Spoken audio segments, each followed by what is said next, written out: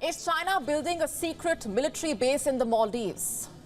We are not the ones asking that question. This is an allegation being made by some of the most powerful voices in the Maldives, by leaders who are known to be responsible and could be in government after the next elections. We bring you a story which is likely to have major implications for the security and power politics of South Asia and the Indo-Pacific. On the 28th of March, a memorandum of understanding was signed between China and the Maldives. Now, this MOU allowed China's harbour engineering company to carry out a project in the Maldives.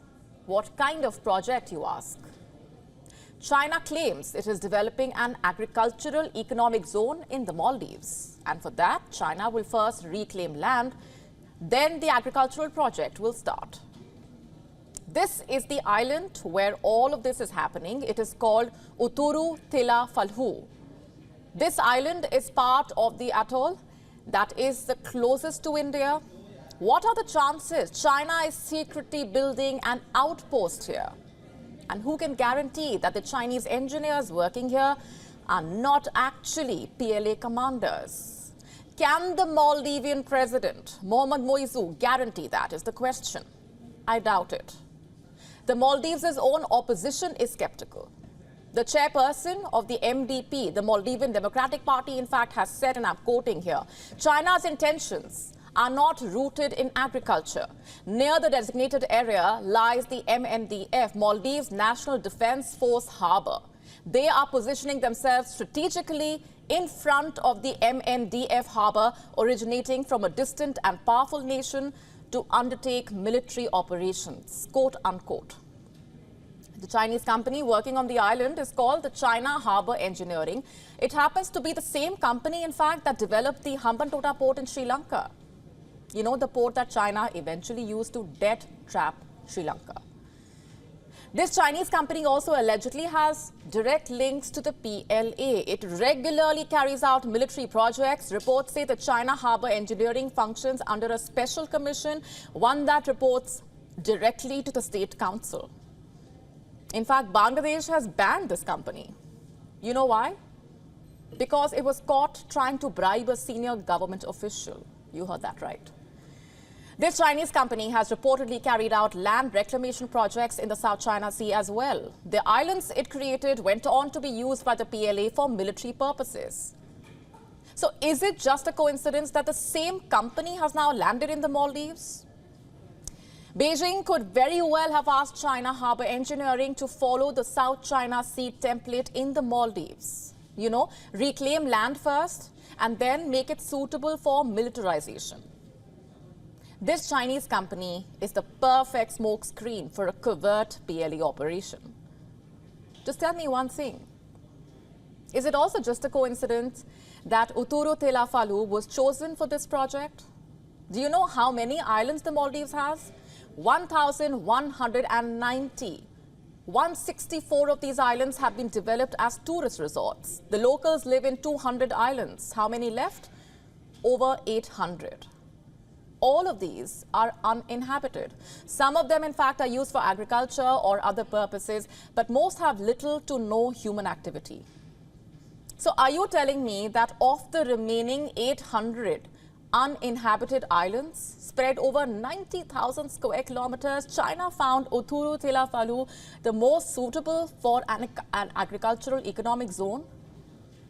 For starters, there isn't even enough land here. The Chinese are trying to reclaim at least 200 hectares. Why go through all that trouble when you can simply pick another island? This atoll is not even positioned centrally. Transporting agricultural produce from here to, say, the Ado city in the south will be quite a chore. The opposition, in fact, is pointing out that Lamu atoll already has the land for such an agricultural project. What's more, it's also more suitable for agricultural activities. So why didn't China choose Lamu? Because it's not close enough to India. China, you see, does not care about the Maldives' food security or self-sufficiency. It has other priorities like militarization, expansionism, challenging India, and Uthuru Thila Falhu fits perfectly into China's plan. Just look at how close it is to Minicoy. This is the perfect island for a Chinese military outpost. Is that what China is building here, is the question. In 2017, China opened its first outpost in the Indian Ocean. It was in Djibouti, the Horn of Africa. In 2022, the Chinese began talks with the Comoros. As I speak, there is Chinese-linked activity in Myanmar's Coco Island. China also has some degree of influence in Kenya's Mombasa port. It has 49% ownership of the Sudan port. It controls Sri Lanka's Hambantota. Of course, Pakistan's Gwadar port. China has also leased Australia's Darwin port. It has a degree of influence in Bangladesh's Chittagong port. Is Uthuru Thila Falhu next? Also, does Moizu not see this?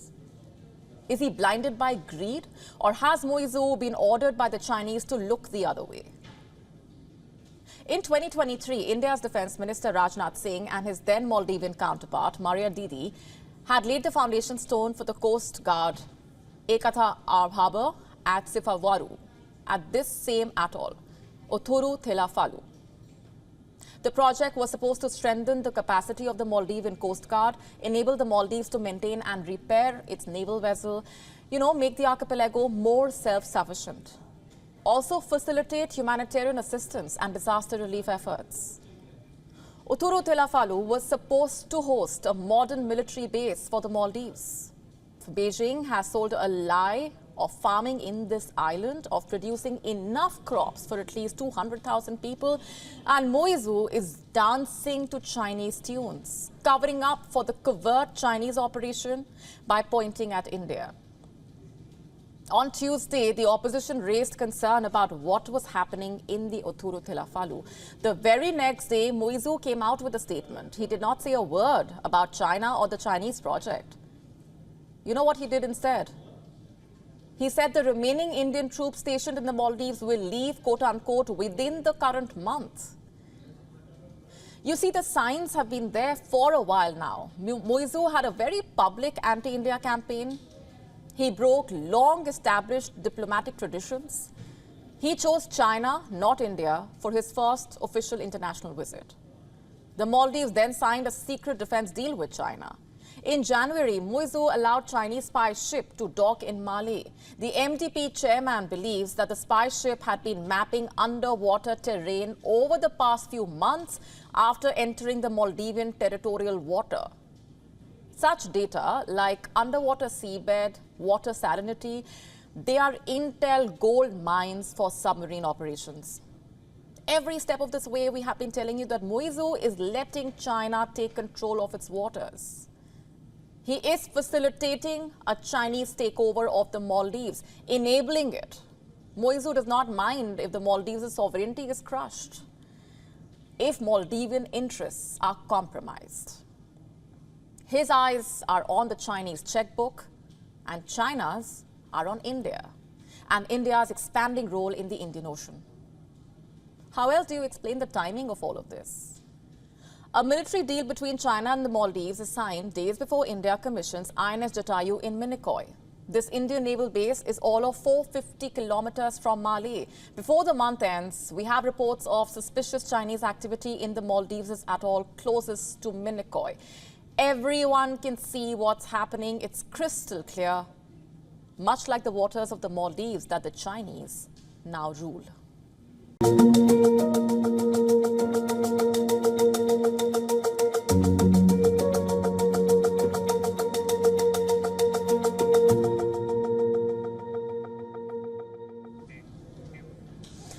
We now get you the story of a man who was once regarded a superstar in the edtech world. But things have drastically changed, and how? I am talking about Baiju Ravindran. It's been a rapid fall after a meteoric rise for him and his edtech startup Baiju's. It was once considered an icon in the Indian edtech space, the poster child of the startup world.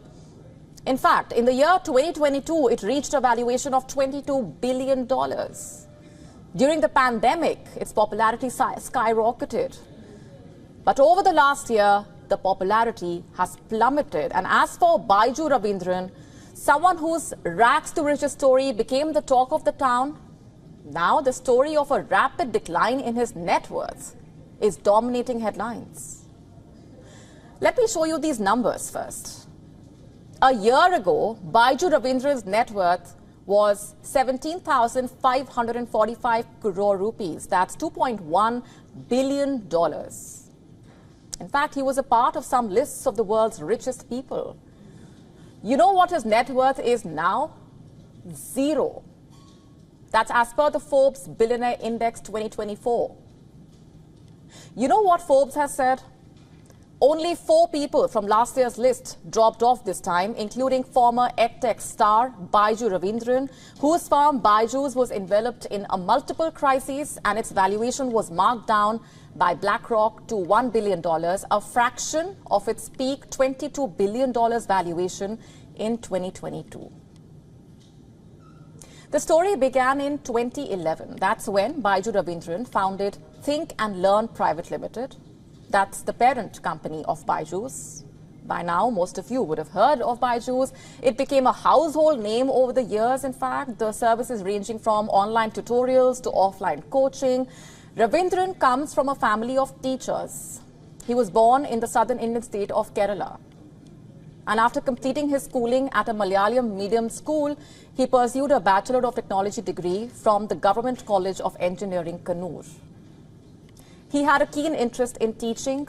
He was a private math tutor before he started his company, and it was quite a glorious start for Baiju's, the learning app, in 2015.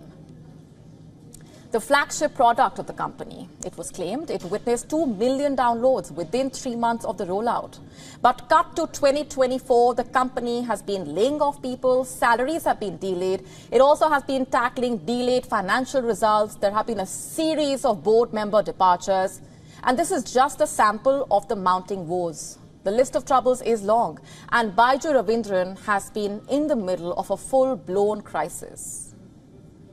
Baiju's reported 45.6 billion rupees, that's $573 million in losses after several months of delay in reporting its fiscal 2021 results. It reported a substantial net loss exceeding $1 billion for the fiscal year ending March 2022. His wife, Divya, who helps him run the company, was one of his early students. And there was a time when Baiju's success story was talked about with hope and pride. In fact, it was said that they did not start this as a business, but a passion that ended up becoming a business. Baiju Ravindran reportedly pledged his under-construction villa and his family members' homes earlier to pay salaries to employees. Reports say 2 homes owned by Ravindran's family in Bengaluru and his under-construction villa were offered as collateral to borrow 100 crore rupees. He has gone from leading a $22 billion empire to reaching this point, from being a billionaire hero to cash zero. It's been quite a fall. Where does it even go from here for him and his company? Intelligence sources have made some fresh revelations. Israel has been using artificial intelligence in its war. What for exactly? Well, to put together a database of potential targets. And based on what, you ask? Their apparent links to Hamas militants. This powerful AI system is called Lavender. It was developed by the Israel Defense Forces Elite Intelligence Division, Unit 8200. At one stage, it was identifying as many as 37,000 targets, roughly spending 20 seconds on each one. Yes, less than half a minute to assess if a person is linked to Hamas. Israeli officers say this system had been really efficient and that they could count on its statistical mechanism. In fact, some claim they added zero value to the attacks. They simply worked as a stamp of approval. And the AI system did the dirty job. And just like that, they ended thousands of people. How efficient, right? But what about accuracy? Was every single target that came under attack associated with Hamas? Not really. And I am not the one saying that. According to reports, Israeli intelligence sources themselves have admitted this. They claim Israeli military officials permitted large numbers of Palestinian civilians to be killed, particularly during the early months of the conflict. In fact, before launching an attack, they had an estimated number of civilians who could be killed, meaning they were fully aware of the innocent lives they were going to take. Two sources reportedly said that during the early weeks of the war, they were permitted to kill 15 or 20 civilians during airstrikes on low-ranking Hamas militants. For a top-ranking Hamas official, they were allegedly permitted to kill more than 100 civilians in a single attack. Permitted? These are civilian lives we are talking about. Attacks on such targets were typically carried out using unguided munitions known as dump bombs. These bombs basically would destroy entire homes and kill all their occupants. This perfectly explains the shockingly high death toll in the war, perhaps. And what does the IDF have to say? It is denying any wrongdoing. In response to the investigation, it has clarified that the operations were carried out in accordance with the rules of proportionality under international law. But do 33,000 civilian deaths to some 10,000 Hamas militants sound anywhere near proportional? And even the said Hamas death toll is up for debate. According to the IDF, Lavender is just a database to cross-reference intelligence sources, and that it does not churn out a list of confirmed military operatives who can be attacked. So why are its officials claiming otherwise then? In earlier Israeli military operations, producing human targets was often a more labor-intensive process. Multiple sources have said the decision to incriminate an individual or identify them as a target was discussed and then signed off by a legal advisor.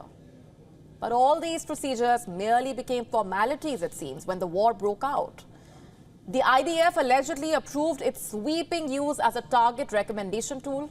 It soon created a database of tens of thousands of individuals marked as low-ranking members of Hamas's military wing. But Lavender is not the only AI system at work. It was used alongside another AI-based decision support system called the Gospel. It also recommended targets, by the way, but in the form of buildings and structures rather than individuals. You see, the mounting death toll in Gaza had raised a very important question. How is a country like Israel, with such advanced capabilities, killing so many civilians, claiming so many innocents, children, women? Was it because AI was involved, or was it because, as the intel officers allege, a calculated decision? In fact, Israel is already facing fire over its recent attacks on aid workers of the World Central Kitchen. In defense, Prime Minister Netanyahu has said that the deaths were unintentional and that it was just a mistake. How convenient, right? How are Israeli precision systems making so many mistakes? Can the world's startup nation, which is renowned for its top-class tech, afford to make such so-called mistakes?